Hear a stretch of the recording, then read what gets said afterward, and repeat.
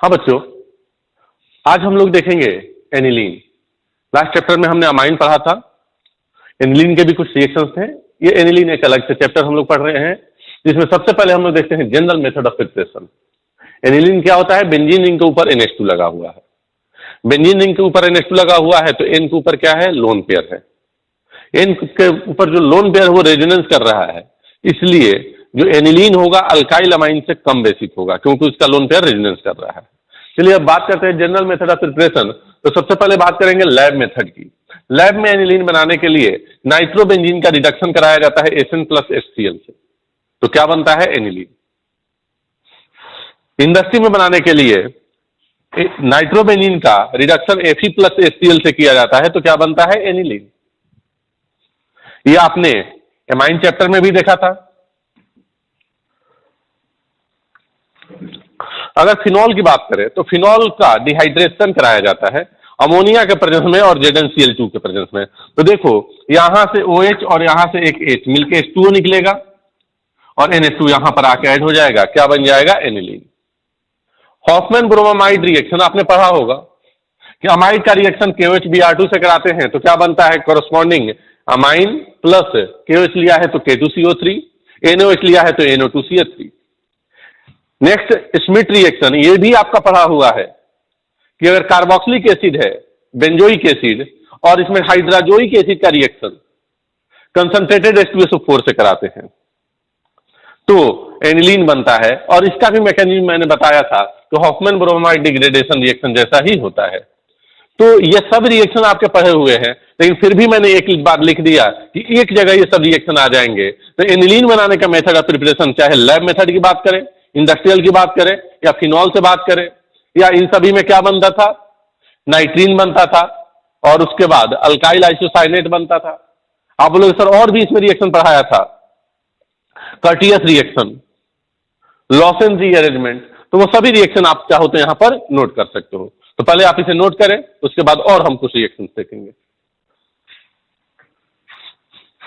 Next बच्चों, from chlorobenzene. Chlorobenzene को ammonia के साथ क्यूपरस ऑक्साइड के प्रेजेंस में अगर हीट किया जाए तो क्या मिलता है? एनिलीन मिलता है। ग्रीनार्ड रिएजेंट रिएक्शन पढ़ा हुआ है। ग्रीनार्ड रिएजेंट जो है एक्टिव हाइड्रोजन के साथ क्या देता है? एल्केन देता है। लेकिन यही ClNH2 क्लोरामाइन एक ऐसा रिएजेंट था, याद होगा मैंने एल्केन चैप्टर में पढ़ाया था कि क्लोरामाइन के साथ क्या देता है? ये करस्पॉन्डिंग अमाइन देता है। बेंजीन की अगर बात करें तो FeCl3 के प्रेजेंस में बेंजीन का हाइड्रोक्सिल अमाइन के साथ रिएक्शन कराने पर क्या मिलेगा? एनिलीन मिलेगा। आइसोसाइनाइड का हाइड्रोलाइसिस कराते हैं तो क्या मिलेगा? आइसोसाइनाइड का हाइड्रोलाइसिस करोगे तो पोलर बॉन्ड ब्रेक होगा, तो इस कार्बन का COH बन जाएगा और यहां से क्या मिलेगा? एनिलीन मिलेगा। Hydrolysis of alkyl isocyanate, alkyl isocyanate का हाइड्रोलाइसिस ये बहुत सारे रिएक्शंस में आए थे, जैसे Hofmann bromamide reaction, Smith reaction, उसके बाद कर्टियस रिएक्शन, लॉसेन रीअरेंजमेंट, इन सभी में हम लोग क्या बनाए थे? Alkyl isocyanate. किससे? एक वोल्फ रीअरेंजमेंट बीच में आया था, उसका जब हाइड्रोलाइसिस कराते हैं तो 2 मॉलिक्यूल, क्योंकि यहां से पोलर बॉन्ड ब्रेक हो जाएंगे। सर C डबल बॉन्ड वो भी तो पोलर है भाई, C डबल बॉन्ड ओ का हाइड्रोलाइसिस होता है क्या? नहीं, तो N और C के बीच का बॉन्ड क्या हो जाएगा? ब्रेक हो जाएगा। तो 2 KOH मॉलिक्यूल यहां पर लगेंगे और क्या बन जाएगा? RNH2, और अगर KOH लिए हो तो K2CO3। तो ये था एनिलीन बनाने का मेथड ऑफ प्रिपरेशन, जिसमें मैक्सिमम मेथड आप पढ़ चुके हैं। कुछ मेथड ऐसे थे जो कि आप नहीं पढ़े थे, जैसे बेंजीन से कैसे बनाएंगे तो हाइड्रोक्सिल अमाइन से, क्लोरोबेंजीन से अमोनिया के साथ। तो ये सब नोट करें आप।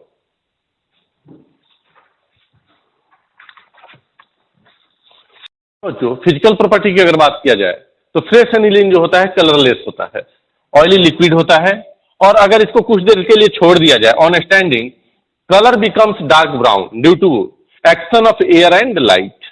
बॉइलिंग पॉइंट की बात करें 183 डिग्री है, हेवियर देन H2O है, टॉक्सिक है नेचर में, और इसका स्मेल जो होता है अनप्लीजेंट होता है।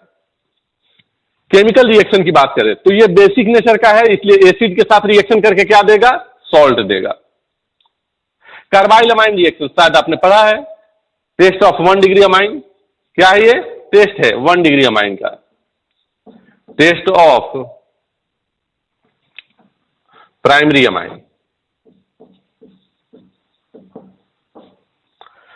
आपने एनिलीन लिया, क्लोरोफॉर्म प्लस 3KOH, ये मैंने बोला था 3KOH का कितना बार एग्जाम में पूछा गया है। तो क्या बनेगा, आइसोसाइनाइड, और यहां से पंजेंट स्मेल मिलेगा। हॉफमैन मस्टर्ड ऑयल रिएक्शन आपने पढ़ा हुआ है। हिंसबर्ग रिएजेंट टेस्ट आपने पढ़ा हुआ है, क्योंकि एनिलीन क्या है, 1 डिग्री का अमाइन है, तो ये सब रिएक्शन देगा। तो इसमें आप देख रहे हैं कि जो भी रिएक्शन मैं पढ़ा रहा हूं वो सारे के सारे रिएक्शन आपका पढ़ा हुआ है। जैसे एनिलीन का अगर बेसिक नेचर है तो एसिड से रिएक्शन करके सॉल्ट देगा, 1 डिग्री अमाइन है तो कार्बाइल अमाइन रिएक्शन देगा, मतलब CHCl3 क्लोरोफॉर्म और KOH के साथ क्या देगा, आइसोसाइनाइड। और इसमें सबसे बड़ी याद करने वाली बात क्या है कि यहां पर dichlorocarbene is formed as intermediate. उसके बाद हॉफमैन मस्टर्ड ऑयल टेस्ट, इसमें आप क्या लेते थे रिएजेंट, सर कार्बन डाइसल्फाइड लेते थे और HgCl2 लेते थे। तो क्या बनता था, यहां पर अल्काइल आइसोथायोसाइनेट बनता था एंड HGS बनता था, जिसका स्मेल अडर कैसा होता था, मस्टर्ड ऑयल के जैसा। हिंसबर्ग टेस्ट में आप क्या लेते थे, बेंजीन सल्फोनिल क्लोराइड। तो हिंसबर्ग टेस्ट से ये रिएक्शन करेगा, 1 डिग्री अमाइन है तो क्या बनाएगा, पहले सॉलिड प्रेसिपिटेट बनाएगा, और ये जो सॉलिड सल्फोनामाइड होगा उसमें अगर बेस मिलाएंगे तो फिर से क्या हो जाएगा, सॉल्युबल हो जाएगा। तो ये सब आपका पढ़ा हुआ है, लेकिन फिर भी मैं एक जगह लिख रहा हूं, आप नोट करिए।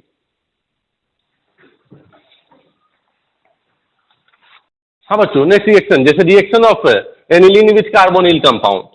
कार्बोनिल कंपाउंड, एनिलीन चूंकि 1 डिग्री अमाइन है, कार्बोनिल कंपाउंड के साथ रिएक्शन करेगा तो यहां से H2O बाहर निकलेगा। अमोनिया डेरिवेटिव के साथ रिएक्शन बताया था ना, इसका O और इसका H2 मिलकर H2O निकला, और यहां पर क्या बन जाएगा, इमाइन, और इसे हम लोग सिप्स बेस भी बोले थे।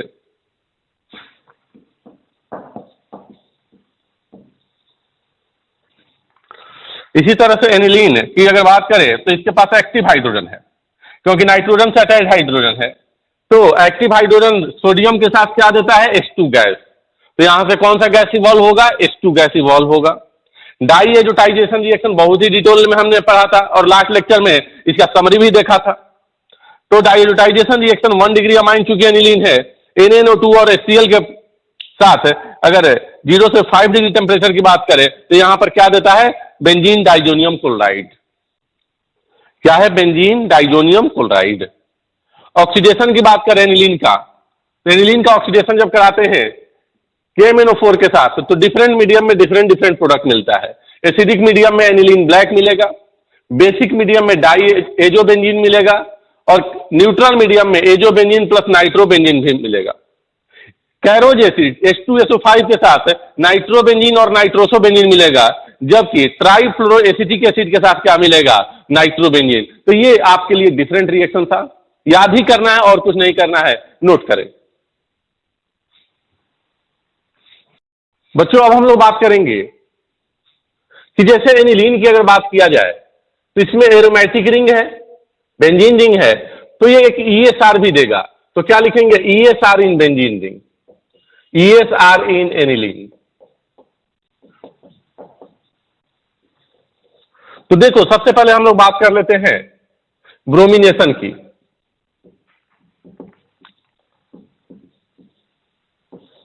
अगर ब्रोमिनेशन की बात किया जाए तो देखो यहां पर एनिलीन है AnH2, और इसका रिएक्शन कराया गया Br2 in the presence of H2O। तो बेटा ये क्या है, एक पोलर सॉल्वेंट है, तो पोलरिटी डेवलप होगा, और इन का लोन पेयर यहां रेजोनेंस कर रहा है, इसके इलेक्ट्रॉन डेंसिटी को बहुत ज्यादा बढ़ा दिया, जैसे फिनॉल की बात करते थे। तो फिनॉल में तो H2O था, फिनॉक्साइड आयन बन जाता था, तो O- ज्यादा इलेक्ट्रॉन देता था। यहां पर N की N चूंकि कम है, इसलिए इलेक्ट्रॉन रखने की टेंडेंसी कम है, इसलिए इलेक्ट्रॉन देने की टेंडेंसी ज्यादा हो जाएगी। तो रिंग के अंदर इतना ज्यादा इलेक्ट्रॉन डेंसिटी है कि अगर हमने प्रोटिक मीडियम में H2O के साथ ब्रोमिनेशन कराया तो 2,4,6 ट्राई ब्रोमो, यहां पर आ गया एक ब्रोमीन, यहां पर एक ब्रोमीन आ गया, और यहां पर एक ब्रोमीन आ गया। ऐसे ही आपने फिनॉल में भी देखा था कि फिनॉल का रिएक्शन अगर Br2 in the presence of H2O से कराए थे तो 2,4,6 ट्राइब्रोमोफिनॉल मिला था। यहां पर 2,4,6 ट्राइब्रोमो एनिलीन मिलेगा, जो कि सॉलिड प्रेसिपिटेट होगा। सर हम तो चाहते हैं कि यहां पर एक ही जगह ब्रोमिनेशन हो, जैसे फिनॉल में कराया था। तो फिनॉल में एक ही जगह ब्रोमिनेशन कराने के लिए हमने क्या लिया था, CH2 लिया था। लेकिन सिर्फ और सिर्फ यहां CH2 से काम नहीं चलेगा, क्योंकि एनिलीन का लोन पेयर देने का टेंडेंसी यहां पर ज्यादा है, तो इसे कम करना पड़ेगा। इसलिए हमने क्या ले लिया, acetic anhydride CH3C double bond O, OC double bond O CH3, या फिर CH3C डबल बॉन्ड OCl ले लिया। ये सब क्या है, एसिटाइलेशन रिएक्शन कराएंगे, तो एन का लोन पेयर जाके या तो यहां पर अटैक करेगा या तो यहां पर अटैक करेगा। दोनों ही केस में एसिटाइल ग्रुप आके यहां पर ऐड होगा। क्या बन रहा होगा, पहले एसिटाइलेशन हुआ, एन एक H है, C डबल बॉन्ड OCH। अब अगर देखा जाए तो इसे हमसे पूछा जाए कि बेंजीन रिंग को लोन पेयर देने की टेंडेंसी तुम्हारी क्या हो गई, तो बोलेगा कि देखो मेरी लोन पेयर देने की टेंडेंसी तो उतना ही है, लेकिन बेंजीन को लोन पेयर देने की टेंडेंसी कम हो गई, क्योंकि अब मेरा लोन पेयर इधर भी रेजोनेंस कर रहा है और इधर भी रेजोनेंस कर रहा है। तो इस रिंग में इलेक्ट्रॉन डेंसिटी कम हो गया। तो अब अगर Br2 की बात करें तो एक ही जगह ब्रोमिनेशन होगा, और चूंकि Br भी बड़ा ग्रुप है और ये ग्रुप भी बहुत बड़ा है, इसलिए ऑर्थो ना जाके ये पैरा सब्स्टिट्यूशन हो जाएगा।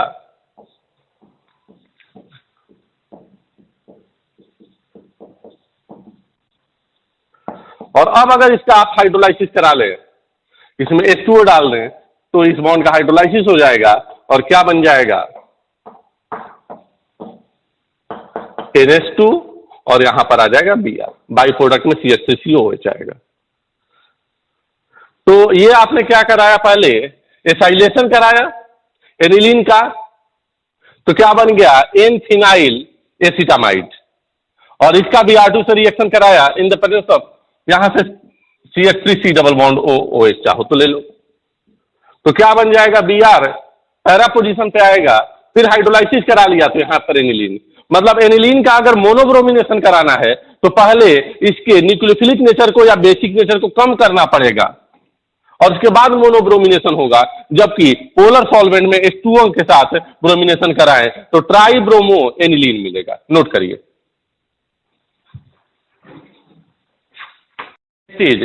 Nitration of aniline. एनिलीन के नाइट्रेशन की बात करेंगे तो नाइट्रेशन के लिए नाइट्रेटिंग एजेंट क्या लेते थे बेटा, ESR में याद है ना, H2SO4 प्लस HNO3 का मिक्सचर। H2SO4 और HNO3 का मिक्सचर क्या देता था, NO2 प्लस, और वो जाके बेंजीन रिंग पे अटैक करता था तो ESR होता था, नाइट्रेशन रिएक्शन होता था। अगर मान लो कि बेंजीन रिंग के ऊपर कोई ऐसा ग्रुप है जो एक्टिवेटिंग है, तो नाइट्रेशन कहां होता था, ऑर्थो पैरा पे, और अगर डीएक्टिवेटिंग है तो कहां होता था, मेटा पे। तो चलो देखते हैं नाइट्रेशन ऑफ एनिलीन, और बहुत ही इंटरेस्टिंग है। तो हमने यहां पर क्या ले लिया बेटा, एनिलीन ले लिया। हम लोग क्या पढ़ रहे हैं, नाइट्रेशन।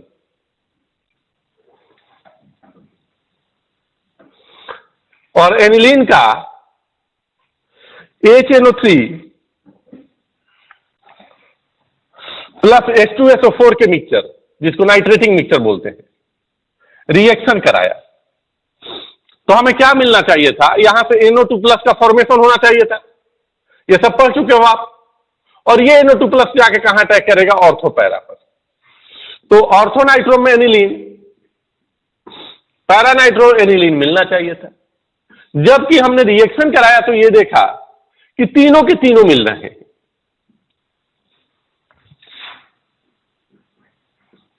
पैरा नाइट्रो एनिलीन भी मिल रहा है,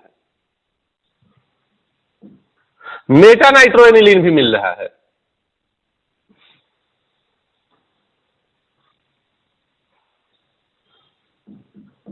और ऑर्थो नाइट्रो एनिलीन भी मिल रहा है। पैरा नाइट्रो एनिलीन जो मिला हमें 51% मिला, ये 47% मिला, और ये जो मिला हमें वो 2% ओनली मिल रहा है। अब एनिलीन से मैंने बोला कि एनिलीन भाई तू मेटा प्रोडक्ट बहुत ज्यादा दे रहा है 47%, जबकि ऑर्थो तो बहुत कम दे रहा है 2%, और तू है मेटा ऑर्थो पैरा डायरेक्टिंग, क्योंकि n के पास लोन पेयर है तो यहाँ पर प्लस m लग रहा होगा, तो ऑर्थो पैरा डायरेक्टिंग है, तो ऐसा क्यों हुआ? तो बोला कि सुनो भाई, मैं एनिलीन हूं, मैं एक बेस हूं। मैं क्या हूं? बेस हूं। इसको मैं यहां से मिटाता हूं।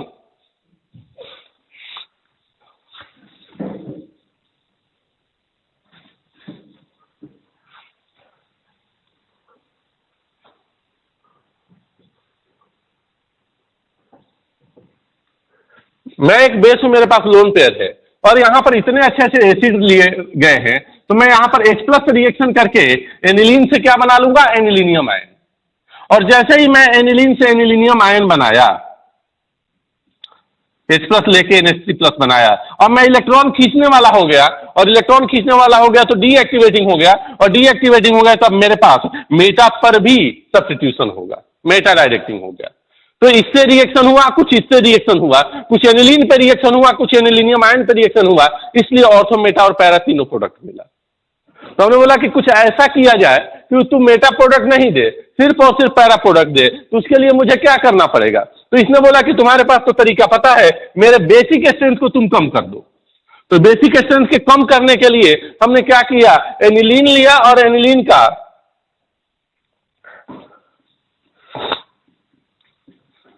एसाइलेशन रिएक्शन करा दिया। चाहे एसिटिक एनहाइड्राइड ले लो,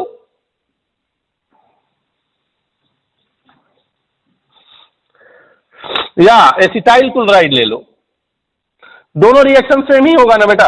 एन का लोन पेयर जाएगा, यहां पर अटैक करेगा, एन का लोन पेयर जाएगा, यहां पर अटैक करेगा, ये यहां से बाहर, ये यहां से बाहर।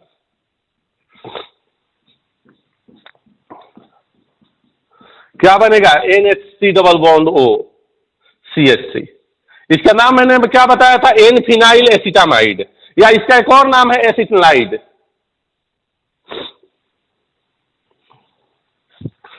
और अब इस पे नाइट्रेशन करा दो, H2SO4 और HNO3 के मिक्सचर को लो।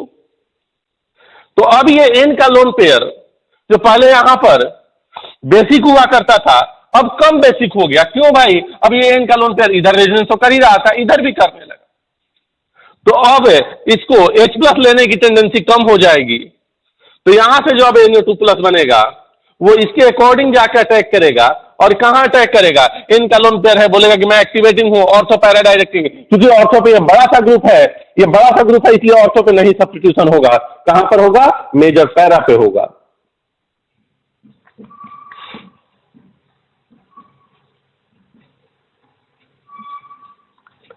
और अब आपने क्या किया?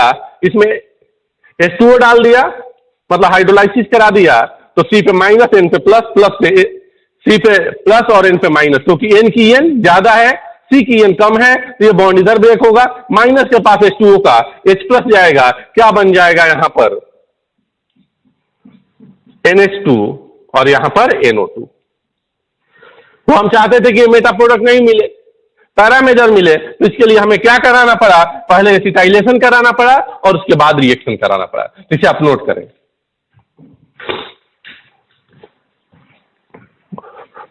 तो सल्फोनेशन ऑफ एनिलीन, एनिलीन का सल्फोनेशन H2SO4 लिए।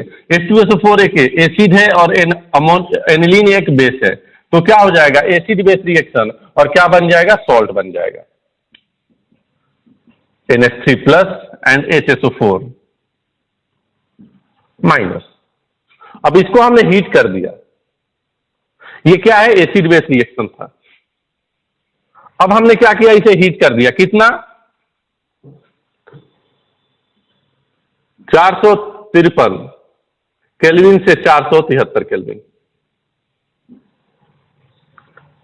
तो देखो यहां से क्या होगा?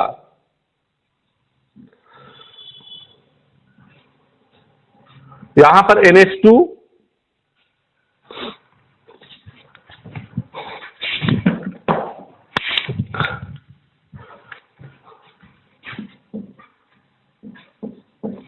और यहां पर SO3H, ये आ जाएगा। अब देखो ये यहां NH2, ये बेसिक है और ये एसिडिक है, तो एसिड बेस रिएक्शन हो जाएगा। यहां पर H प्लस चला जाएगा, तो यहां पर क्या बन जाएगा? NH3 प्लस, और यहां पर क्या जाएगा? SO3 minus. ये एक ही कंपाउंड है, इसमें NH3 plus SO3 minus, acidic भी है, बेसिक भी है, और यहां पर प्लस चार्ज माइनस चार्ज आ गया, तो इसे क्या बोलेंगे? Zwitter ion. क्या बोलेंगे यहां पर इसे? Zwitter ion. तो आप क्या देख रहे हो कि सल्फोनेशन ऑफ एनिलीन करा रहे हैं। पहले क्या बन रहा है? Anilinium hydrogen sulphate. एक मिनट, क्या बन रहा है? Anilinium hydrogen sulphate.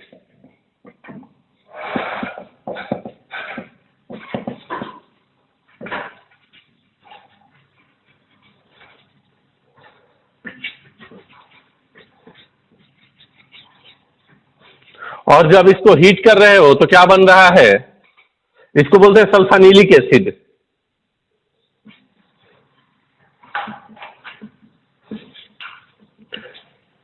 और इसमें इंटरनल एसिड बेस रिएक्शन हो जाता है और क्या बन जाता है? Zwitter ion. तो सल्फोनेशन ऑफ एनिलीन था ये, इसे नोट करें। उसके बाद फ्रीडल क्राफ्ट अल्काइलेशन, असाइलेशन और हाइलोजिनेशन की हम बात करेंगे, उसके बाद एनिलीन चैप्टर खत्म होगा।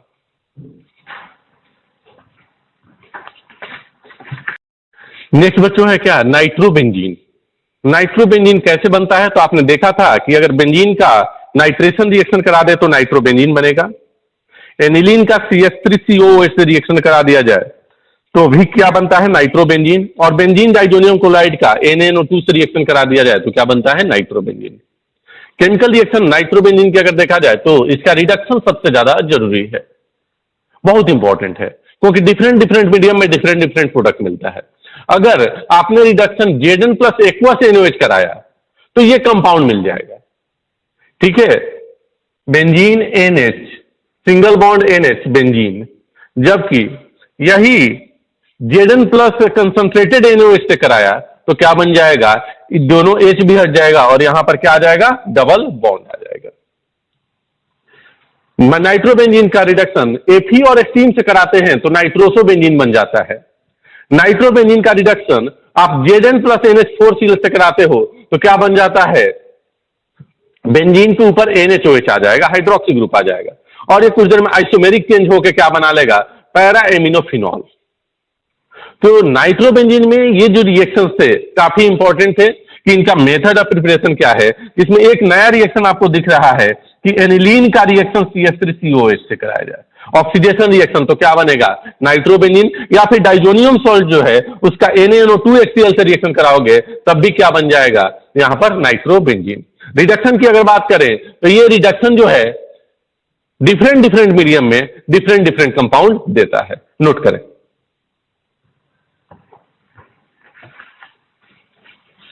मुलिकन-बेकर टेस्ट आप जानते हो, इस टेस्ट का एक अलग से नाम दे दिया गया टॉलरेंस रिएजेंट का यूज करके। मुलिकन-बेकर टेस्ट में क्या होता है कि जब नाइट्रोबेंजीन का ZnNH4Cl के साथ रिएक्शन कराते हो तो ये कंपाउंड बनता है, NHOH आ जाता है बेंजीन पे, और आइसोमेरिक चेंज के बाद ये क्या बन जाता है? Para aminophenol.